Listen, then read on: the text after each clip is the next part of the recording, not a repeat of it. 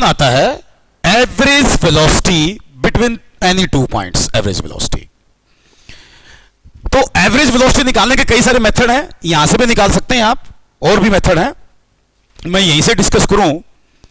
तो average velocity अगर आपको निकालनी है, एवरेज वेलोसिटी ऑफ प्रोजेक्टाइल, तो ये कैसे निकालना है? देखिए, जब काइनेमेटिक्स आपने पढ़ी थी, एक्सलेरेशन का कंसेप्ट आया था फिजिक्स में, तो मैंने वहां एक चीज बताई थी आप लोगों को कि एवरेज वेलोसिटी निकालनी है, और अगर एक्सप्रेशन कांस्टेंट है, एक्सप्रेशन कांस्टेंट है, जैसे कि प्रोजेक्टाइल के केस में है, एक्सप्रेशन तो कांस्टेंट ही है ना, वर्टिकली डाउनवर्ड है, जी उसकी वैल्यू है।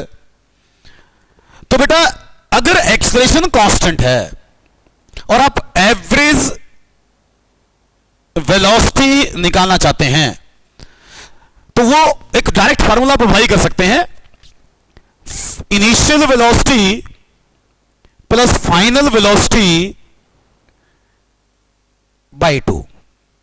Initial velocity plus final velocity bye 2 आप एवरेज वेलोसिटी लिख सकते हैं। लेकिन आप ये फार्मूला अप्लाई तभी कर सकते हैं जब एक्सप्रेशन कांस्टेंट हो। तो प्रोजेक्टाइल में तो लग सकता है ये ना, क्योंकि प्रोजेक्टाइल मोशन के दौरान तो जी कांस्टेंट कहा है आपने, तो ये आप फार्मूला लिख दें, आपके पास इनिशियल भी है, आपके पास फाइनल भी है, इस फार्मूले में पुट कर दें, देखिए आंसर क्या आता है एवरेज वेलोसिटी का। वो आता है u cos theta i plus u sin theta j plus final की value u cos theta i plus u sin theta j, bracket खोल रहा हूं मैं, minus gt j divide by 2, divide by 2। अब देखो उसको, ये 2u i, ये हो जाएगा 2u cos थीटा i, क्योंकि यहां से भी cos आएगा, यहां से भी आएगा, ये 2u sin थीटा j, क्योंकि यहां से भी आएगा और यहां से भी आएगा। तो v average can be written as 2u cos theta i plus 2u sin theta j minus gt j divide by 2। या अब देखो, इसको अगर रीअरेंज करो तो ये 2 इसके डिवाइडेड में भी है, ये 2 इसके साथ भी है, और ये 2 इसके साथ भी है। जब मैं इसको लिखूंगा तो मेरे पास आंसर आएगा बेटे v average equal to u cos theta i plus u sin theta j minus gt j by 2, यूं आएगा। इसके साथ तो 2 बच जाएगा ना नीचे, इनका 2 कट जाएगा, और इसको और थोड़ा सा रीअरेंज करें तो j वाली टर्म आप स्पेसिफिक कर सकते हैं, तो इकट्ठी कर सकते हैं। तो u cos theta i plus u sin theta minus gt by 2 j, ये आपका रिक्वायर्ड आंसर आ जाता है एवरेज वेलोसिटी का। तो एवरेज वेलोसिटी आप एक जनरल फार्मूला लिख दिया मैंने तो ये, और इस मेथड से लिख दिया, इसका मेथड डिस्प्लेसमेंट वाला भी है यहां, क्योंकि ये फार्मूला लगा सकते थे ना आप, initial plus final by 2 is equal to average velocity, क्योंकि जी कांस्टेंट है, तो उसके बेस पर एक स्पेसिफिक फार्मूला हमारे पास आ गया। अब जिस पॉइंट तक ये पूछेगा वहां तक की टी की वैल्यू भर देंगे, टी की वैल्यू निकालो, एवरेज स्पीड आ जाएगी, एवरेज वेलोसिटी आ जाएगी। अच्छा, मैं इसका वेक्टर फॉर्म में लिख रहा हूं, अगर आपको इसका मैग्नीट्यूड चाहिए तो मैग्नीट्यूड भी निकाल सकते हैं वेक्टर से, आपको पता है मैग्नीट्यूड कैसे निकालते हैं। तो एवरेज वेलोसिटी निकालने के ना 2-3 मेथड हैं, एक तो ये जो मैंने अप्लाई किया, यहां से आंसर आया। एक और मेथड है एवरेज वेलोसिटी के लिए, एक बार थोड़ा सा वो बता देता हूं आप लोगों को कि दूसरे मेथड से कैसे आप एवरेज वेलोसिटी यही आंसर निकाल सकते हैं। उसमें क्या करेंगे आप, वो वैसे बेटर रहेगा कि आप उसको डिस्कस करें जब प्रोजेक्टाइल को हम स्टडी करेंगे, उसकी ट्रेजेक्टरी को स्टडी करेंगे। मतलब यहां तो मैंने इस एक जनरल फार्मूला बता दिया आपको, वहां डिस्प्लेसमेंट से निकालूंगा, दोबारा निकालूंगा मैं, जब एक्स वाई कोऑर्डिनेट की बात आएगी तभी फार्मूला दोबारा आएगा, ये सेम आएगा, मेथड दूसरा रहेगा बस, उसमें बाकी डिटेल भी हम स्टडी करते हैं चल के आगे। अब एक तो आ गया एवरेज वेलोसिटी। अच्छा, एवरेज वेलोसिटी एक चीज और याद कर ले, कोई भी दो पॉइंट प्रोजेक्टाइल की मोशन के दौरान, जो दो पॉइंट जिनका हाइट ग्राउंड से बराबर है, कोई भी दो पॉइंट जिनकी हाइट ग्राउंड से बराबर है, उन दो पॉइंट्स के बीच में अगर एवरेज वेलोसिटी निकालोगे ना, तो that will be always you cos theta, वो हमेशा यू cos थीटा आएगी। ये पॉइंट आप याद कर सकते हैं। याद करने का मतलब कंसेप्चुअली ध्यान रख लें, ये एक्सप्लेन कर देंगे हम जब डिस्प्लेसमेंट की बात आएगी। अभी एवरेज वेलोसिटी की बात आई है, तो जैसे ये O से B पूछता ना, तो average velocity you cos theta होती, O से B average velocity you cos theta होती, क्योंकि आप इनिशियल फाइनल ऐड करके 2 से डिवाइड करें, यू cos थीटा बचेगी। इनिशियल फाइनल ऐड करके O से B 2 से डिवाइड करें तो यू cos थीटा बचेगी। इसी फार्मूले से तो आपका आंसर आ जाएगा you cos theta I cap. O से B की बात है, लेकिन चलो डिटेल में पढ़ेंगे इसको। तो ये बात आई वेलोसिटी से रिलेटेड, चेंज निकाला, एवरेज वेलोसिटी पूछे। एक छोटा सा क्वेश्चन और आता है, जैसे मैं इस डायग्राम को दोबारा बनाता हूं, कुछ समझाना मुझे, तो देखें।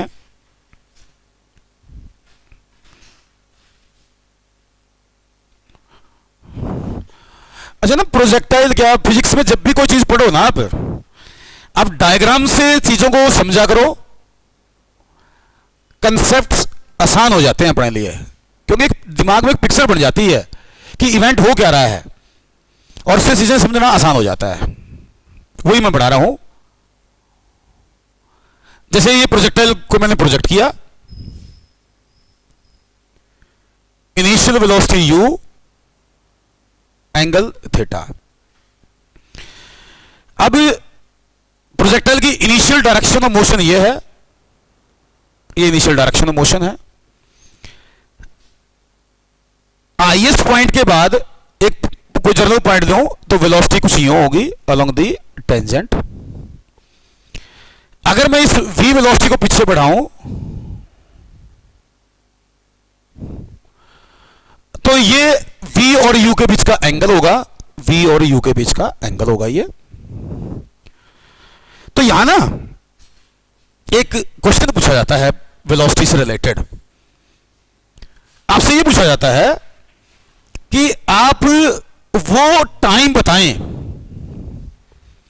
जब इनिशियल वेलोसिटी और फाइनल वेलोसिटी एक दूसरे के परपेंडिकुलर होंगे।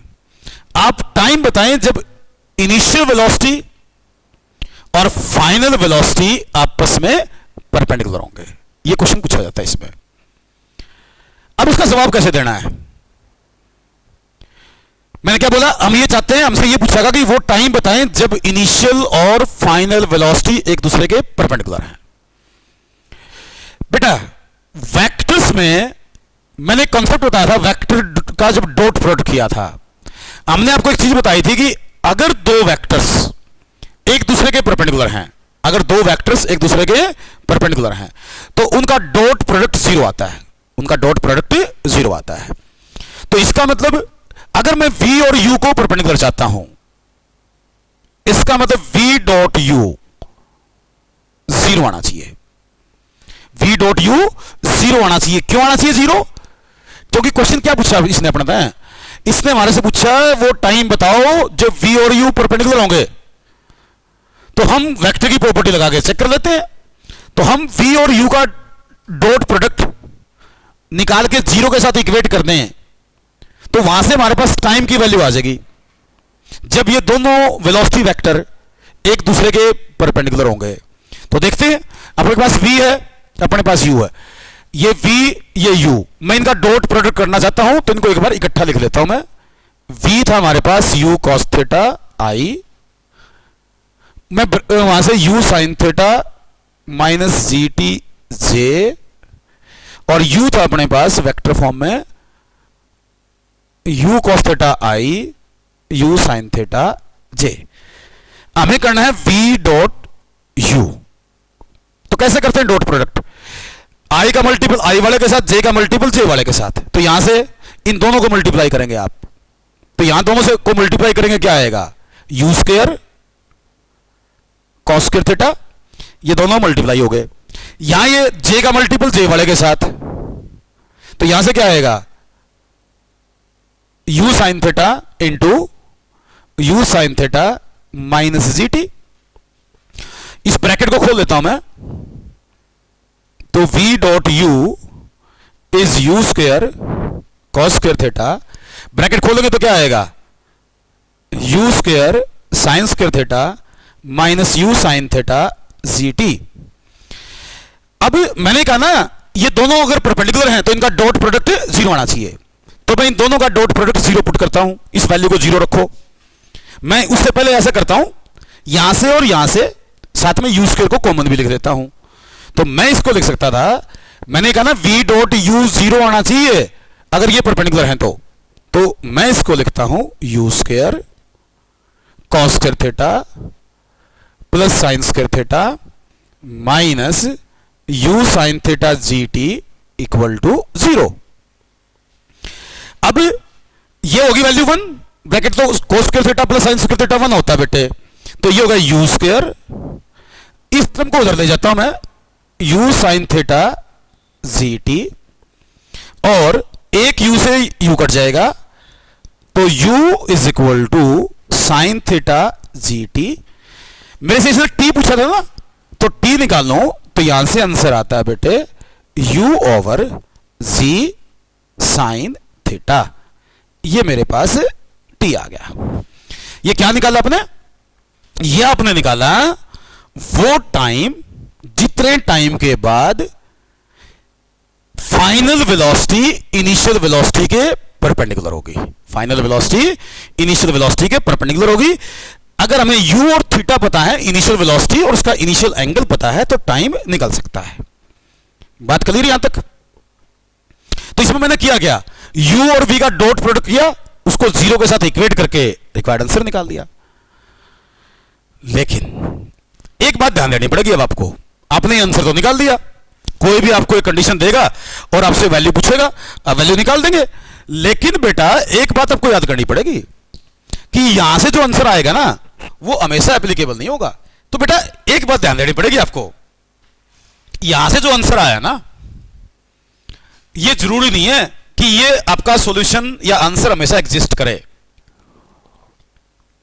कारण ये है, कई बार ऐसा होता है आपको कुछ कंडीशन दी जाएंगी, कुछ न्यूमेरिकल, कोई न्यूमेरिकल दे दिया और आपसे पूछा यही आंसर निकालो, और जब आप इस फार्मूले का यूज करके u और थीटा का यूज करके t निकालते हैं ना, तो वो टाइम ऑफ फ्लाइट से ज्यादा आ जाता है, वो टाइम ऑफ फ्लाइट से ज्यादा आ जाता है। टाइम ऑफ फ्लाइट का एक फार्मूला होता है t is equal to 2u sine theta by g, ये टाइम ऑफ फ्लाइट का फार्मूला होता है प्रोजेक्टाइल में। तो कई बार ऐसा होता है कि ये t की वैल्यू इससे ज्यादा आ जाती है। अब ऐसा कैसे हो सकता है, अगर ये t की वैल्यू कैपिटल T से ज्यादा आ गई, मतलब टाइम ऑफ फ्लाइट से ज्यादा आ गई, इसका मतलब projectile t capital T time में यहां गिर लेगी और हमारा आंसर इससे ज्यादा आ गया, तो इसका मतलब परपेंडिकुलर होने से पहले ही गिर ली बॉडी, परपेंडिकुलर होने से पहले ही लैंड कर गई बॉडी। तो इसका मतलब कभी भी v और u परपेंडिकुलर नहीं होंगे। तो आपको याद रखना है, अगर ये t greater than capital T आए, टाइम ऑफ फ्लाइट आए, तो आपका आंसर एप्लीकेबल नहीं होगा। इसका मतलब ये होगा कि उस केस में कोई भी पॉइंट ऐसा नहीं होगा जहां वेलोसिटी फाइनल और इनिशियल परपेंडिकुलर हो। अगर ये केस बनता हो तो अपने क्वेश्चन के अकॉर्डिंग ये ध्यान देना आपने, क्लियर? और ये कब होगा, ऐसा कब होगा, मतलब किस कंडीशन में ऐसा होगा, वो होगा अगर angle of projection theta lesser than 45 degree है, lesser than equal to 45 degree है। अगर angle of projection lesser than equal to 45 degree है,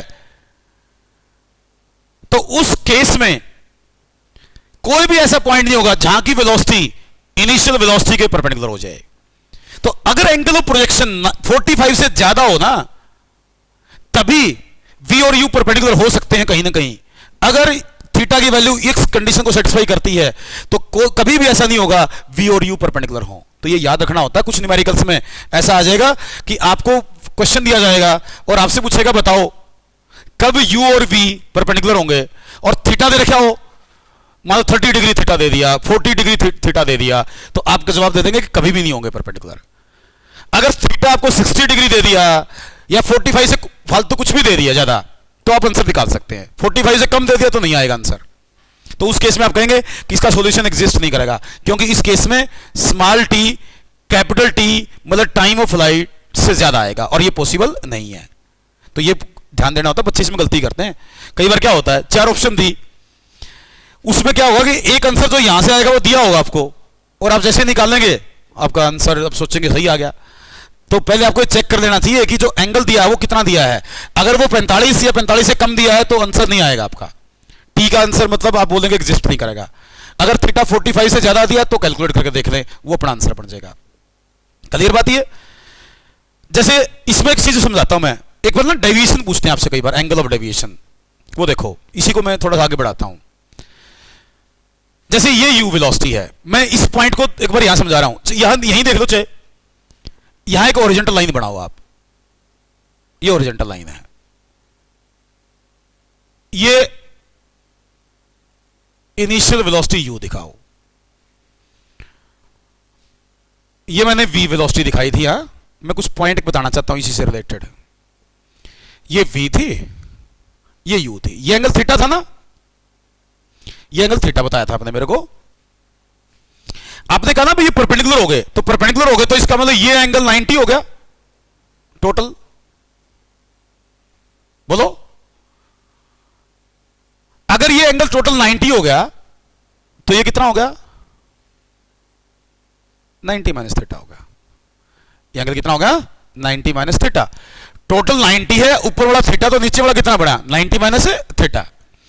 अब ये 90 माइनस थीटा हुआ, तो इसका मतलब डेविएशन कितना आया? डेविएशन, डेविएशन क्या होता है वैसे? डेविएशन का मतलब होता है इनिशियल और फाइनल के बीच का एंगल, इनिशियल और फाइनल के बीच का एंगल। तो मैं डेविएशन को बोल देता हूं बीटा, डेविएशन बीटा। वो कितना है? वो 90 तो बना, डेविएशन का मतलब इनिशियल और फाइनल के बीच का एंगल, तो 90 डिग्री हो गया, तो ये डेविएशन हो गया। तो इस केस में आंसर 90 आपका आ गया। तो 90 डिग्री डेविएशन भी बोल सकते हैं कई बार कि 90 डिग्री का डेविएशन कब आएगा, तो वो डेविएशन का मतलब फाइनल और इनिशियल के बीच का एंगल निकाल दो, वो डेविएशन को रिप्रेजेंट करता है। तो इसी केस में एक और चीज पूछते हैं, एक तो आपसे टाइम पूछते हैं कि कब ये परपेंडिकुलर होंगे, एक आपसे ये पूछते हैं, ये बताओ जब ये दोनों वेलोसिटी परपेंडिकुलर होंगी तो what will be the speed of the projectile. जब ये दोनों वेलोसिटीज परपेंडिकुलर हैं तो what will be the speed of projectile, वो निकालना चाहते हैं, स्पीड निकालना चाहते हैं। ऐसे उसके लिए ऐसा करें आप। मैं क्या क्वेश्चन पूछ रहा हूं? क्वेश्चन ये है कि अगर मान लो v और u परपेंडिकुलर हो गए तो what is the value of v, what is the value of v, ये क्वेश्चन है। इसी कंडीशन से रिलेटेड मैं क्वेश्चन पूछ रहा हूं आपसे। तो उसका तरीका ये है, आप एक बार ना u को रिजोल्व करो, इधर u cos थीटा, ऐसे ही v को रिजोल्व करो, v cos 90 माइनस थीटा मतलब v sin थीटा। बोलो बेटे, अब ये है v, इसका horizontal component v sin theta, ये u, इसका horizontal component always u cos theta. अब एक चीज बताओ, प्रोजेक्टाइल की वेलोसिटी कुछ भी हो, उसका ओरिजेंटल कंपोनेंट हमेशा कांस्टेंट रहता है, उसका ओरिजेंटल कंपोनेंट हमेशा कांस्टेंट रहता है। तो ये था इनिशियल ओरिजेंटल, अभी v के हिसाब से ये ओरिजेंटल बना, तो इसका मतलब ये हुआ कि वेलोसिटी का ओरिजेंटल कंपोनेंट कुछ भी लिख रखा हो सिंबल के हिसाब से, वो रहेगा तो इनिशियल के बराबर ही। वो किसके बराबर रहेगा? इनिशियल ओरिजेंटल कंपोनेंट के बराबर। तो इनिशियल ओरिजेंटल कंपोनेंट क्या था? बोलिए, u cos थीटा था। इनिशियल ओरिजेंटल कंपोनेंट क्या था? u cos थीटा था। इस v के हिसाब से क्या आया है? v sin थीटा आया है। v sin थीटा इसके साथ इक्वेट कर दो, तो यहां से u cos theta by sin theta is equal to v, और यहां से मैं लिख सकता हूं v is equal to u cot theta. ये क्या निकाला मैंने? ये मैंने कैलकुलेट किया कि जब velocity of the projectile initial velocity के परपेंडिकुलर होगी तो what is the value of speed of the projectile, या what is the magnitude of velocity of the projectile, that will be u cos theta, u cot theta, sorry, that is v is equal to u cot theta. ये speed of the projectile है, ये उस instant की बात हो रही है जब v और u एक दूसरे के परपेंडिकुलर है। तो यहां से आप ये आंसर निकाल सकते हैं। तो इस तरह के क्वेश्चंस पूछे जाते हैं आपसे। टाइम पूछ लेंगे, स्पीड ऑफ द प्रोजेक्टाइल पूछ लेंगे, at the instant when both are perpendicular to each other. तो इस तरीके से आप आंसर दे सकते हैं। तो ये इसका थ्योरेटिकल कॉन्सेप्ट था वेलोसिटी ऑफ प्रोजेक्टाइल का। इसके ऊपर प्रोबेबल क्वेश्चन मैंने बताए, कैसे कैसे क्वेश्चन इसमें मोस्ट प्रोबेबली पूछे जाते हैं। एक क्वेश्चन पूछता इंस्टेंटेनियस वेलोसिटी निकालो आफ्टर टी टाइम, तो v मैंने बताई आपको। उसके बाद ये पूछता change in velocity, average velocity, initial velocity perpendicular कब होंगे। इस तरह के कंसेप्चुअल क्वेश्चन आपसे पूछे जाते हैं। क्लियर हुई बातें। बाकी प्रोजेक्टाइल से रिलेटेड जो चीजें हैं नेक्स्ट क्लास में जब लूंगा तो उसमें डिस्कस करूंगा। ट्रैजेक्टरी है, टाइम ऑफ फ्लाइट है, वो सब चीजें की डेरिवेशन करवाई जाएगी। अभी जो मैं आप सबको बता रहा हूं ये केवल थ्योरेटिकल बातें बता रहा हूं। न्यूमेरिकल्स जो है इनके ऊपर, जब सारी थ्योरी पूरी हो जाएगी इसकी, जब आप ये फार्मूले आपको याद हो जाएंगे, आपको कॉन्सेप्ट क्लियर हो जाएगा, तो मैं इसके ऊपर डिफरेंट टाइप के क्वेश्चंस भी करवाऊंगा। ये तो मैं छोटे छोटे क्वेश्चंस करवा रहा हूं, साथ साथ चीजों को याद करवाना। कई बार ना वेलोसिटी का एंगल विद ओरिजेंटल, इस तरह कुछ चीजें पूछेगा हमारे से। वेलोसिटी का रिलेशन वो देखिए आप एक बार। जैसे ऑरिजेंटल को मैंने एक्स एक्सिस माना है, वर्टिकल को मैंने वाई एक्सिस माना है। अब देखा भी प्रोजेक्टाइल को हमने एंगुलर प्रोजेक्शन दिया, उसने पैराबोलिक पाथ फॉलो करा, बी पॉइंट पे जाके लैंड करती है। इनिशियल वेलोसिटी उसकी यू मानी हमने, एंगल ऑफ प्रोजेक्शन थीटा लिया।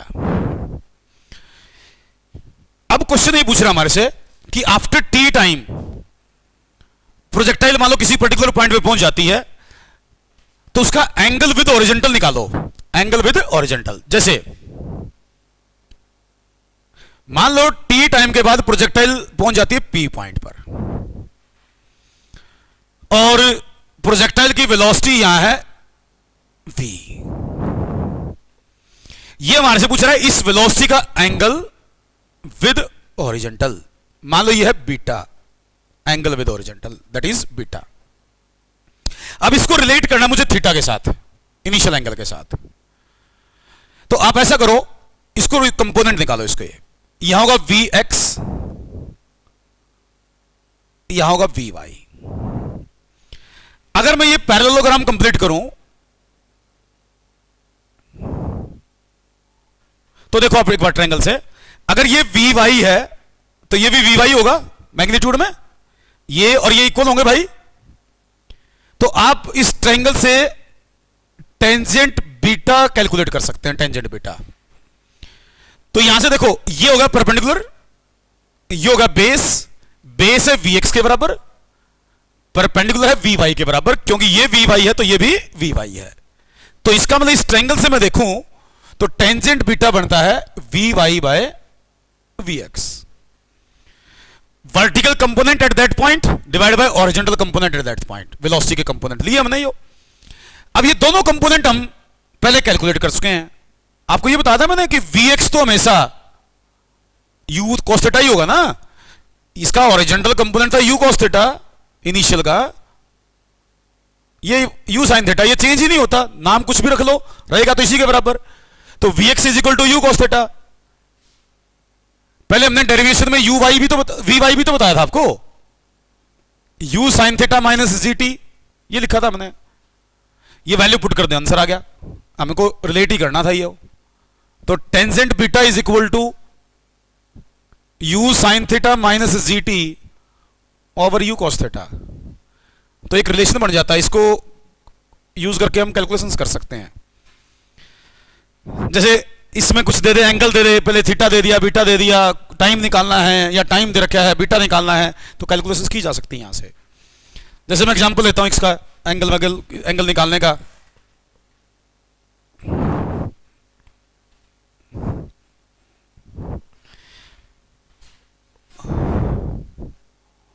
मान लीजिए कहता है theta is 60 degree, theta 60 degree है और इनिशियल वेलोसिटी 50 मीटर पर सेकंड है। थीटा, इसका मतलब इनिशियल वेलोसिटी का एंगल विद ओरिजेंटल 60 डिग्री है। ये हमारे से पूछता है after what time angle of the velocity with horizontal will be zero. कितने टाइम के बाद वेलोसिटी का एंगल हॉरिजॉन्टल के साथ जीरो होगा? इनिशियल एंगल दे दिया, इनिशियल वेलोसिटी दे दी, और angle of velocity with horizontal पूछ रहा है कब जीरो होगा। मतलब ये पूछना चाह रहा है कि बीटा जीरो कब होगा, बीटा की वैल्यू जीरो कब होगी, वो टाइम पूछ रहे हो।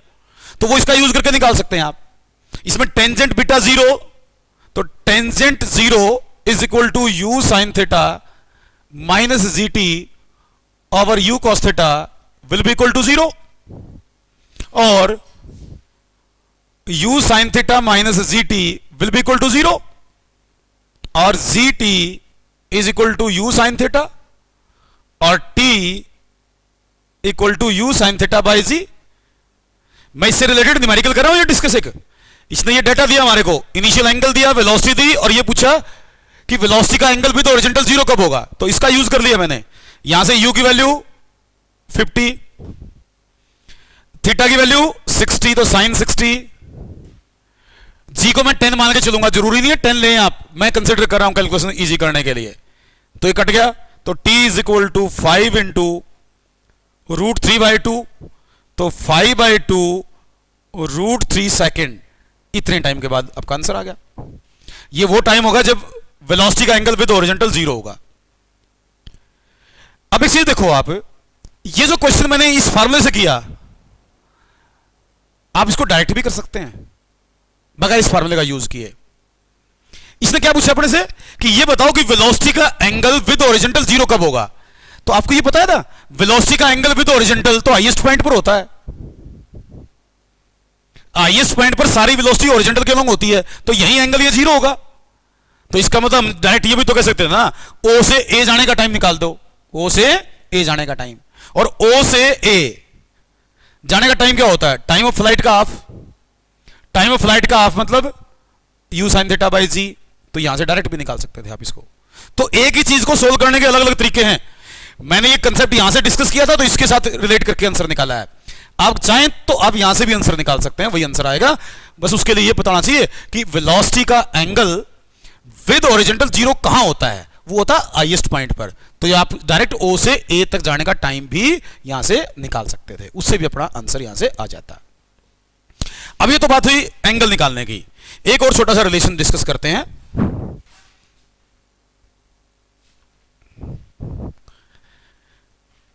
जैसे इसी को मैं दोबारा एक बार रिजोल्व करके बनाता हूं, Vx और Vy को।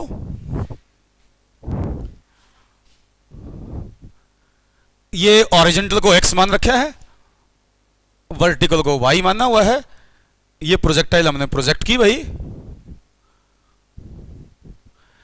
At any time p point पर है, और p पॉइंट पर जो इसकी वेलोसिटी है वो मैंने v मानी हुई है। तो ये v है, इसका एंगल विद हॉरिजॉन्टल मैंने बीटा लिया है। अभी बताओ बेटे, अगर मैं इसको इस बीटा के हिसाब से रिजोल्व करूं तो यहां क्या आएगा? v cos बीटा, और यहां v sin बीटा।